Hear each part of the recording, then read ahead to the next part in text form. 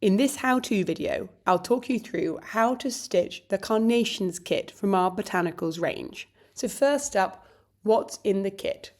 So number one, the dark green booklet is our stitching instruction booklet, which includes stitch guides for loads of different stitches, all different ones used across the range. Then you've got your little carnation card telling you a bit about the flower, and then your stitching plan. And here we specify what stitches to use where, as well as having some photos of the detailed areas of stitching for you to refer to.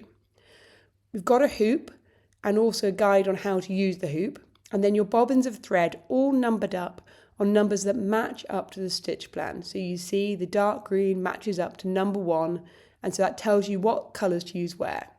Now if you're stitching this kit for clothing, you'll have this pack in it, which includes some needles as well as your patches that you're going to stitch onto the clothing, and there's a separate video just showing you how to use those. But within this video itself, I'm going to talk you through how to stitch onto fabric. The plan is exactly the same regardless of whether you're stitching on fabric or you're stitching onto your own clothing. So just to show you that, you see this flower here, you see how these flowers all match up to what's included in the plan. So for example, that flower there is exactly the same as the one that I'm stitching here, and I'm going to start stitching on the fabric.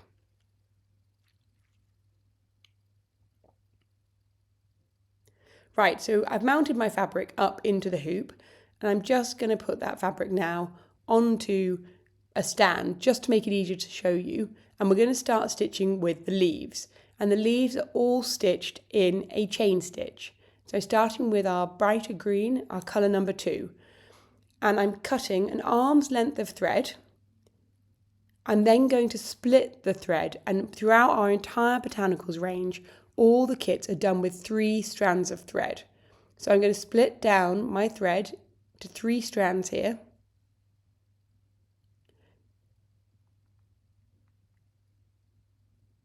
So keep those 3 together and then thread your needle and tie a knot in the end.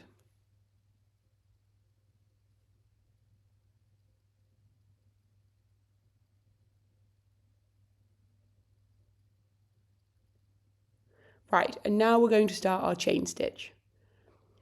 So here I'm creating my chain stitch using a link method. Now remember, there's separate how-to videos showing you the stitches in more detail, but I'm going to show you it here so you don't have to refer to those. But if you're unsure at all, take a look at the how-to guide section to find out.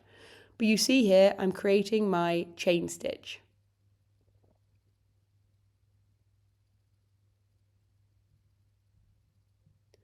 So I come up, I pass my needle under the 2 strands, wrap it round, and then go back down through the hole I came up through. So repeat that. So you see I come up, needle goes under, back down through the hole it came up through, and repeat. And that's as simple as it is. To stitch all the leaves and the stems on this flower, we're just going to use our chain stitch. So I'm going to show you stitching that over quite a large area, just to give you a feel for it.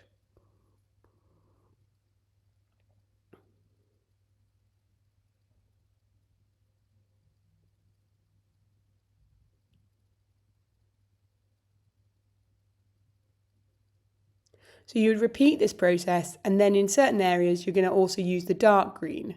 So you can see here how that works. So I've got my chain stitch the whole way round, and then sometimes going into the dark green sections. So once you've finished, you just secure your thread by tying it underneath a few of the strands you've done. If you're stitching on clothing, you want to maybe put a few knots in there as well, just to make sure it's really secure when you come to washing it.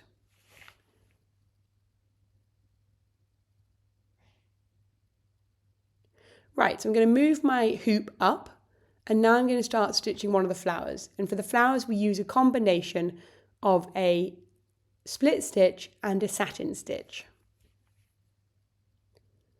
So you can see here the colour plan of what you need to use where. So I've got my 3 colours out that I'm going to be using for the split stitch section. Right, I'm starting with my bright pink, and here I'm just repeating the process we've already seen, splitting down the threads. I'm going to thread up with three strands, thread my needle, tie a knot. Right, so here we go. So the idea of a split stitch is you just create middle length stitches and then you split them down the middle.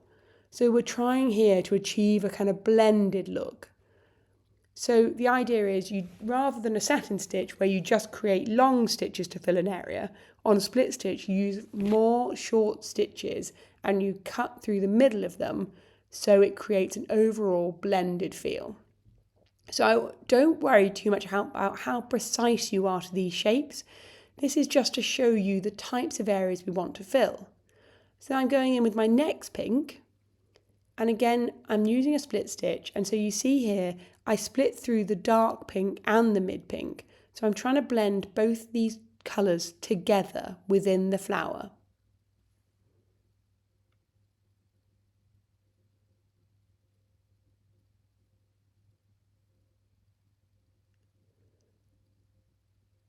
So you see I keep going and just making an effort to split every single stitch along the way. And you start to see there how the colours all start blending together. And that's why I'm not going to worry too much about how exactly I follow the shape.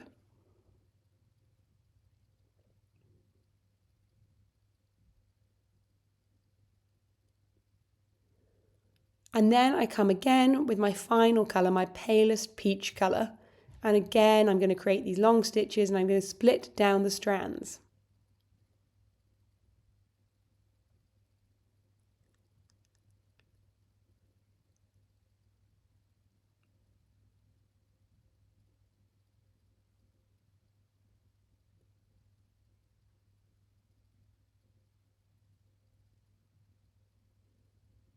So I keep going, just splitting as I go, all the threads.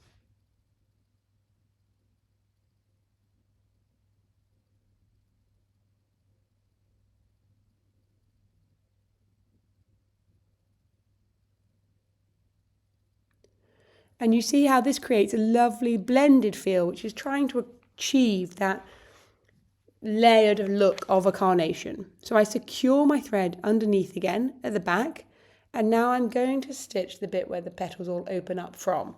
And for that one I'm using this darkest pink, our number 9. I'm going to be doing it in a satin stitch.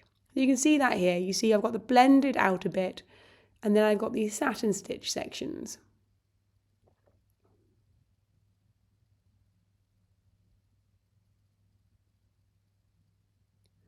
So a satin stitch is one of the simplest stitches, and again there's a separate video showing you this. I think it's called straight stitch, and it shows you running stitch and satin stitch.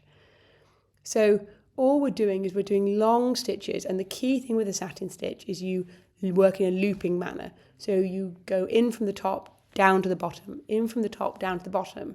So the front will always look the same as the back when you're stitching in a satin stitch. But this creates just a fuller feel for this section, and you see that's what we're going to do across there. So the only bit left to show you is just stitching the name, and for that we're going to use a back stitch. So there we go, I'm just securing my thread again, and I'm using the same piece of thread actually here because I had enough left on it, and it's the dark pink again, and now we're using a back stitch. So back stitch is just a way of following a line, and you work back on yourself to make sure you have no gaps between your stitches. So you see after my first stitch, all my subsequent stitches, I move forward and then stitch back into the hole I last came out of. So I work in this backwards manner, and that is my back stitch. I'm going to use this for the name.